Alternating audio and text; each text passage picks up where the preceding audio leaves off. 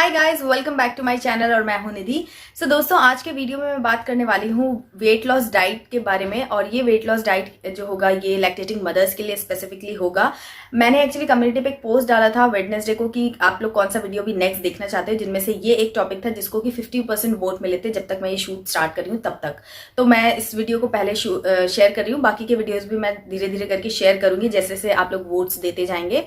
Anyways, आज के video में हम स्पेसिफिकली बात करने वाले हैं कि आपको क्या क्या किस किस तरीके से खाना चाहिए, क्या कुछ चीजें अवॉइड करनी चाहिए एंड किस तरीके से आप अपना वेट लॉस या फिर वेट मैनेजमेंट कर सकते हैं। सारा वीडियो जो भी कुछ मैं शेयर करूंगी मेरा पर्सनल एक्सपीरियंस ही शेयर करने वाली हूं मैं। एंड डिस्क्लेमर कि मैं यहाँ पर कोई एक्सपर्ट नहीं हूँ। जो मैं एक्सपीरियंस करती हूँ, जो मैं पढ़ती हूँ, सीखती हूँ, वो सब कुछ आप लोगों के साथ में शेयर करती हूँ। सो अगर आपको कहीं भी कुछ डाउट लगता है तो पहले आप अपने गायनिक से, अपने डॉक्टर से कंसल्ट करें, देन फिर फॉलो करें। So yes, without much ado, let's get into the video.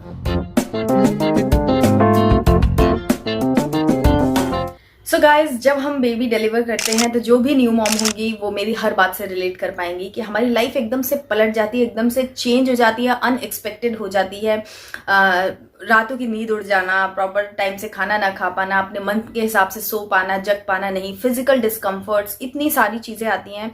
एक अच्छी चीज भी आती है बट ये सारी चीजें भी साथ के साथ आती हैं। तो उसमें एक बहुत बड़ा फैक्टर होता है हमारी बॉडी। ये एक्चुअली इतना इंपॉर्टेंट होता नहीं है, लेकिन जब आप नेगेटिविटी में आ जाते हो ना, मतलब डिस्कम्फर्ट्स में आ जाते हो, तो आपको हर एक चीज बॉदर करने लगती है। तो कहीं ना कहीं न्यू मॉम्स जितने भी हैं उनको ये चीज कंसर्न स्टार्ट होने लगता है कि हमारा यार वेट लूज कब हो जाएगा, हम कब प्रॉपर शेप में जैसे पहले थे वैसे हो जाएंगे, क्या करें क्या ना करें, ये सब चीजें होने लगती। साथ में आसपास के जो कुछ न्यू मॉम्स होती हैं या जो होती है ना हमारे साथ वाली, वो भी हमसे हमेशा पूछने लगती है कितना वेट लूज हुआ, क्या हुआ। ये सारी चीजें चलती है, बहुत ही नॉर्मल सी चीज है। मैं खुद भी पूछती भी थी और जब मैंने बेबी डिलीवर किया था तो मैं लोगों को बताती भी थी क्योंकि लोग मुझसे पूछते थे। तो ये एक नॉर्मल सी चीज है, कुछ इसमें बुरा या अच्छा वाली बात नहीं है, बट ये कंसर्न साथ में आता ही रहता है। हम अपनी बॉडी को एक्सेप्ट कर पाए, अपने आप को एक्सेप्ट कर पाए, इन सब चीजों में थोड़ा सा टाइम लगता है। तो करीब 1-2 महीने, 3 महीने का आप समझ लीजिए टाइम आपको लगता है। तो मेरे हिसाब से 3 महीने तक एटलीस्ट, जब तक कि आप फुल्ली रिकवर ना हो जाए, खुद की बॉडी में जो भी आपकी बॉडी में हीलिंग प्रोसेस है वो जब तक कंप्लीट ना हो जाए, तब तक इन सब चीजों के बारे में ना सोचे। सिर्फ अपने बच्चे और अपनी हेल्थ के बारे में सोचे और उसको कैसे अच्छा से अच्छा कर सकते हैं उस पर फोकस करें। क्योंकि आपकी मेंटल फिजिकल वो स्टेज नहीं होती है कि आप कोई भी स्पेसिफिकेशन जो मैं बताऊं या फिर कोई और बताए आप फॉलो कर पाए कि आप इस टाइम पे ये खा ले, उस टाइम। क्योंकि आपको एक नए एनवायरनमेंट, नई लाइफस्टाइल को पहले तो उसमें अपने आप को सेट या एडजस्ट करना पड़ेगा। जब आप खुद यूज टू हो जाते हो, आपका बच्चा यूज टू हो जाता है, देन फिर आप अपनी प्लानिंग कर सकते हो। तो 3 महीने अपने आप को प्लीज थोड़ा सा रिलैक्स दीजिए, अपनी हीलिंग प्रोसेस को करने दीजिए। बट यस, आप थोड़ा सा ध्यान रखिए कि अच्छी हेल्दी चीजें आप खाएं।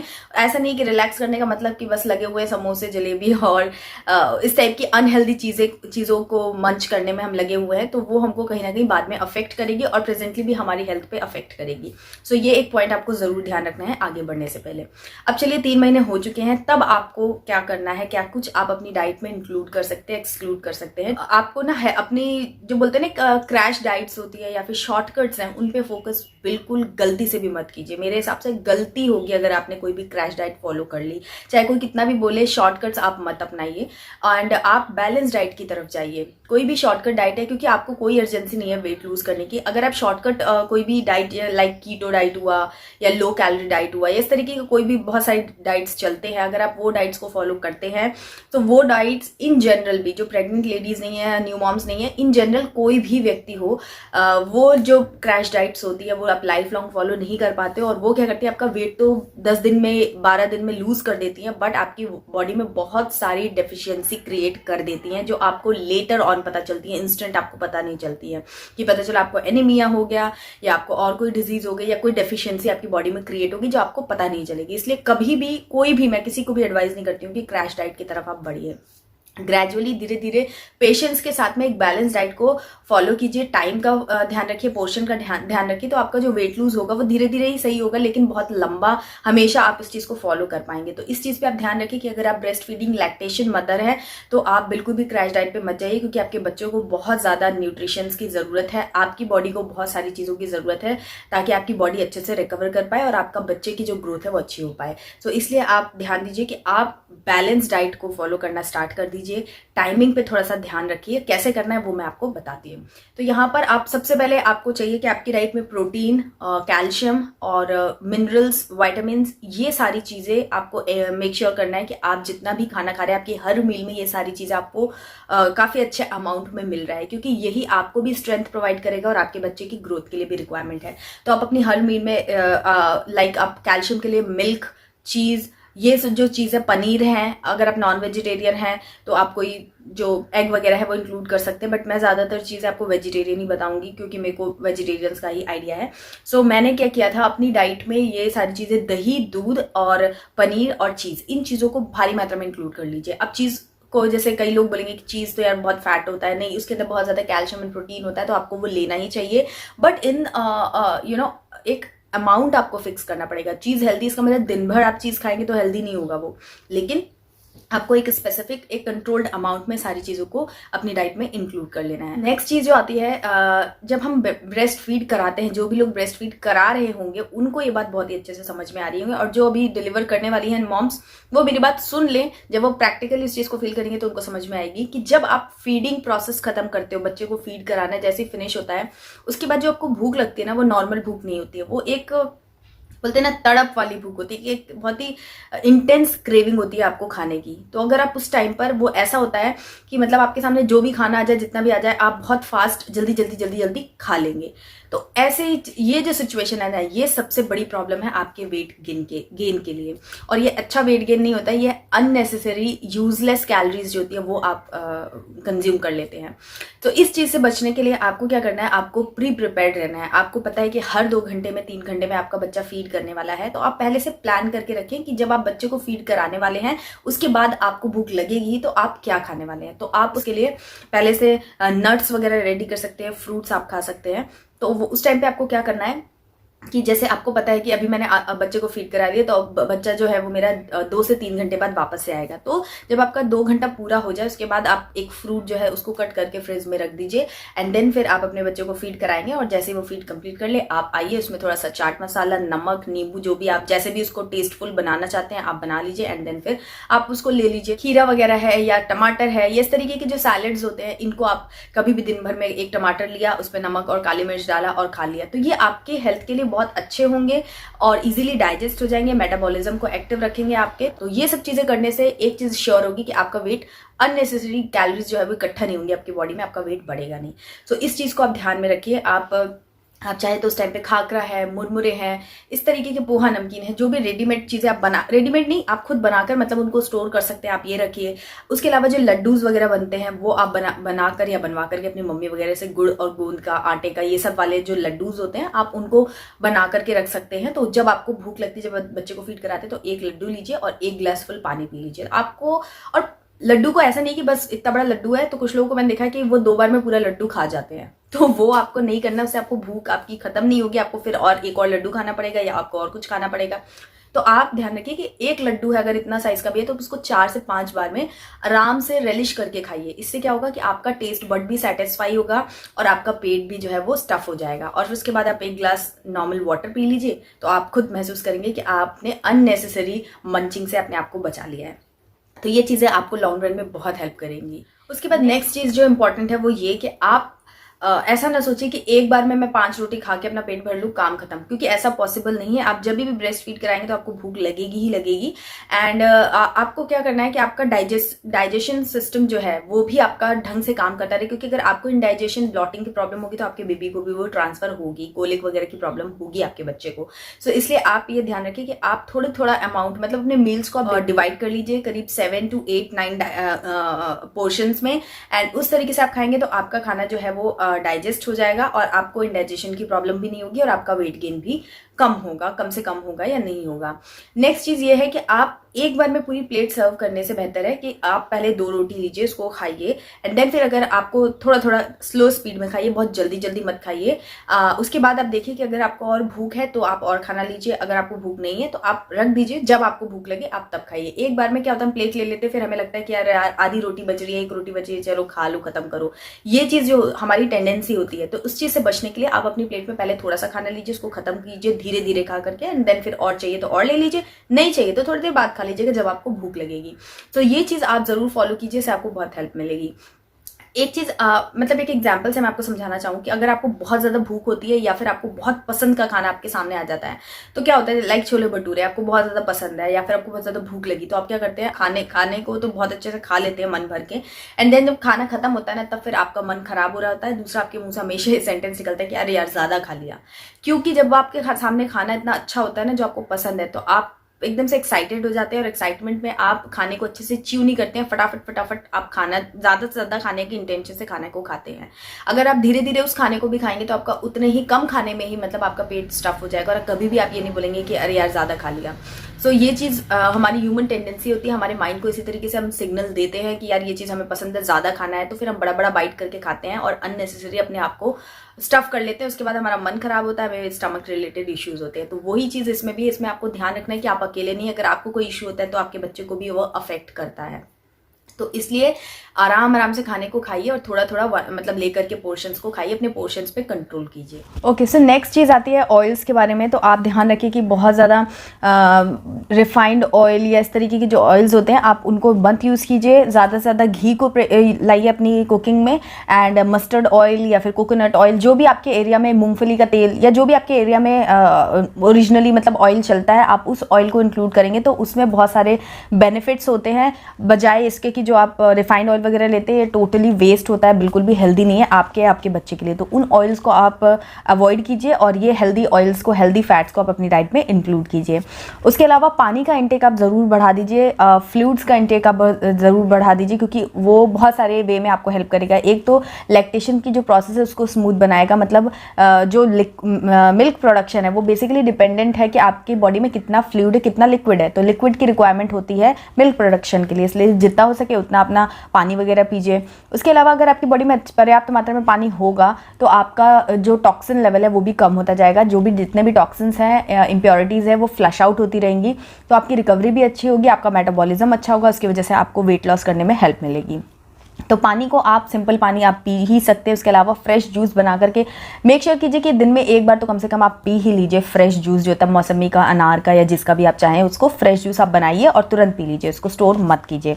उसके अलावा आप इन्फ्यूज्ड वाटर ले सकते हैं, लेमन वाटर ले सकते हैं। इस तरीके से आप अलग अलग दूध ले सकते हैं, बटर मिल्क ले सकते हैं। ग्रीन टी आप यहाँ पर मैं मेंशन करूँगी कि आप अवॉइड कीजिए। अगर बहुत ज़्यादा आपको मन है, शौक है लेने का, तो नॉन कैफिनेटेड जो टीज़ आती है, यानी कि जो लेमन टी वगैरह हम बनाते हैं, वो सब आप बना सकते हैं। मिंट टी, लेमन टी जो आती है ना, जिसके अंदर कैफीन नहीं होता है, वो आप बना सकते हैं और उनको आप पी सकते हैं।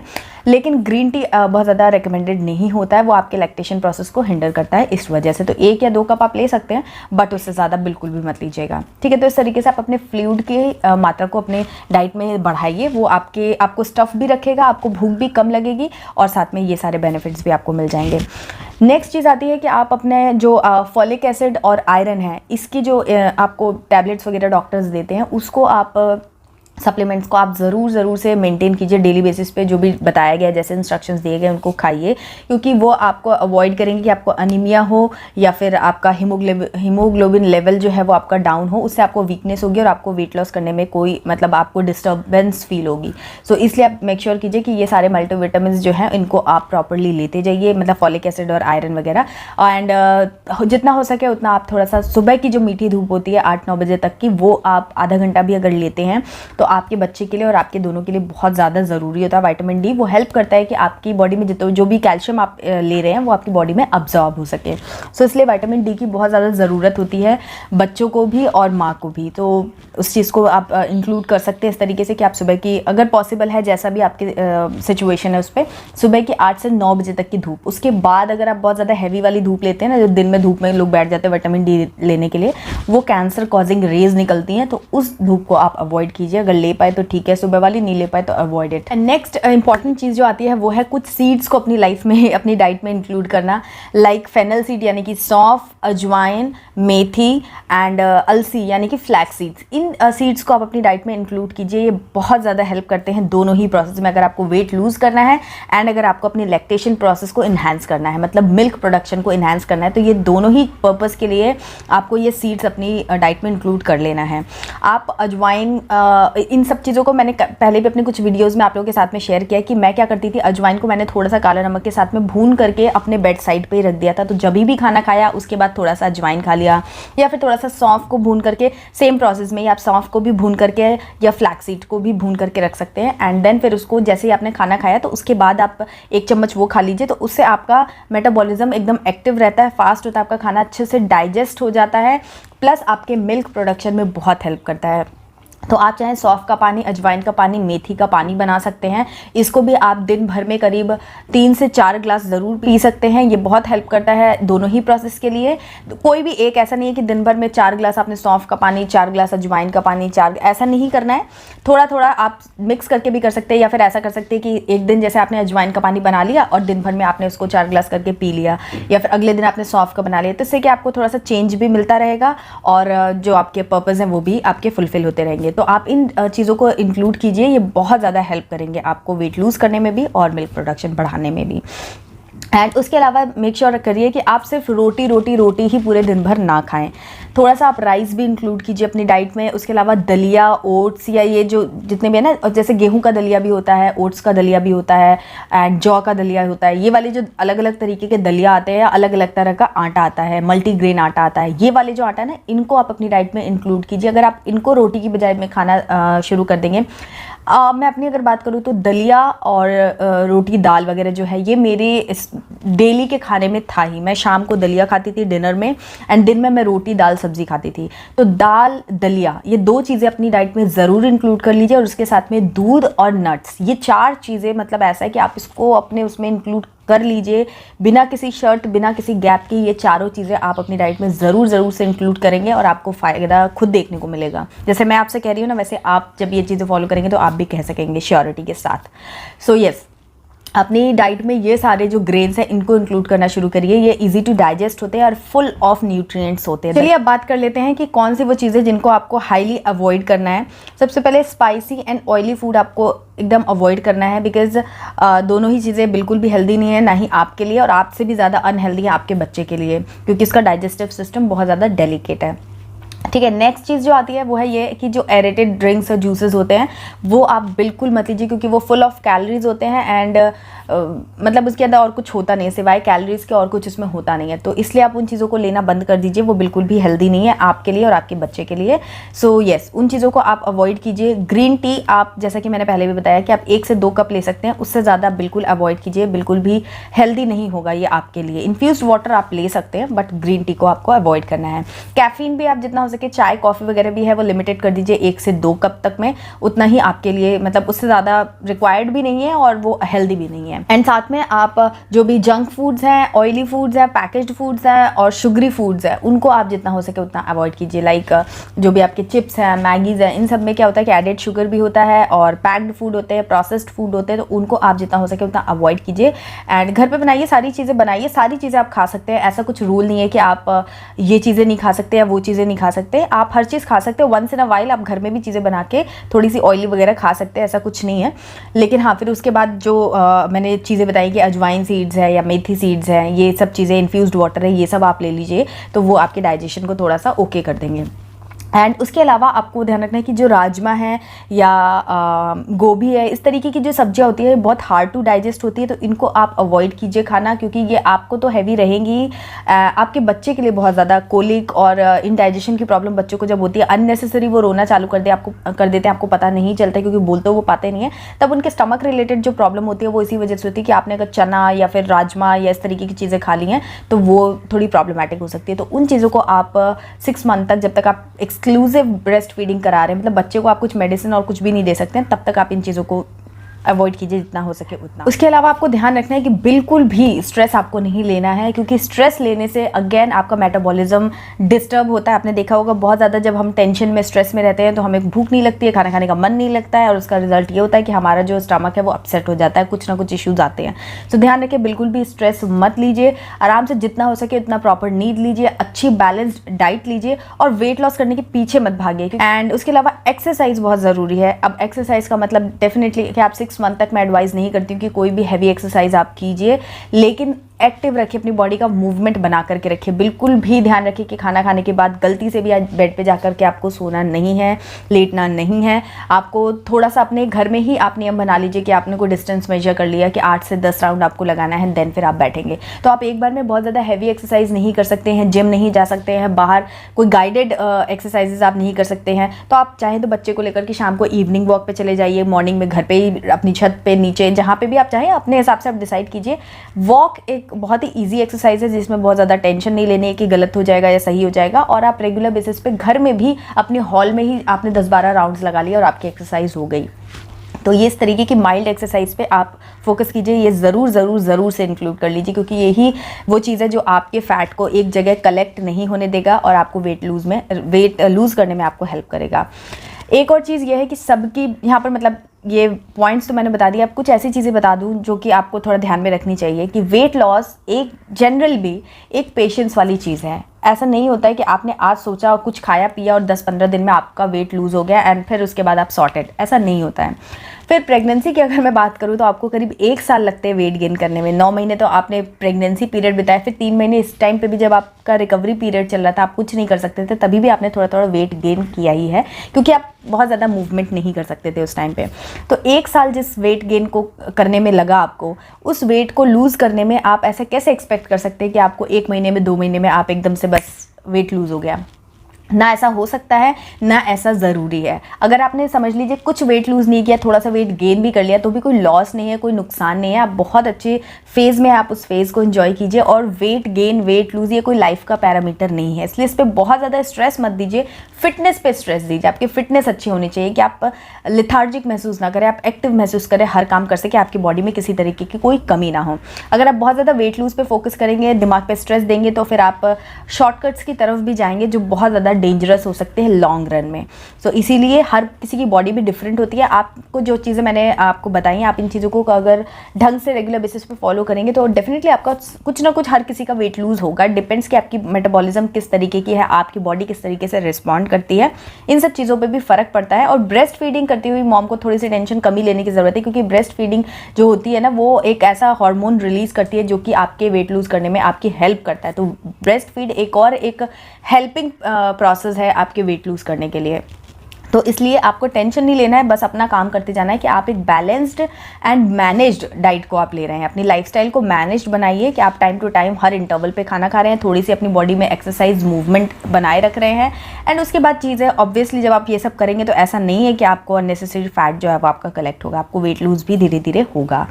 सो और कुछ अगर आप जानना चाहते हैं तो वो मुझे कॉमेंट सेक्शन में बताइए। अगर आप चाहते हैं कि मैं आपको एक हफ्ते के हिसाब से कोई एक सैम्पल डाइट चार्ट आप लोगों के साथ में शेयर करूं कि आप कब कब क्या क्या खा सकते हैं, तो आप मुझे बताइएगा कमेंट सेक्शन में। मैं आपके लिए डेफिनेटली वो वीडियो लेकर आऊँगी और वो वीडियो आप लोगों के लिए बहुत हेल्पफुल रहेगा। आप एटलीस्ट एक वीक का अपना मील प्लान जो है वो कि कब आपको क्या क्या खाना है वेरिएशंस के साथ में, वो डिसाइड कर पाएंगे, आप लोगों के लिए बहुत ईजी होगा। तो अगर आपको ऐसा कुछ चाहिए तो मुझे कॉमेंट सेक्शन में ज़रूर बताइएगा, मैं वो वीडियो भी जल्दी आप लोगों के लिए लेकर आऊँगी। और भी 1-2 रिक्वेस्ट मेरे पास पड़ी हुई है, लाइक पंजीरी मिक्स किस तरीके से बनाना है, वो सब भी मैं जल्दी आप लोगों के साथ में शेयर करूँगी। बने रहिए मेरे चैनल पर, बेल आइकन ज़रूर प्रेस कर दीजिएगा ताकि वीडियोज़ की नोटिफिकेशन आपको मिले।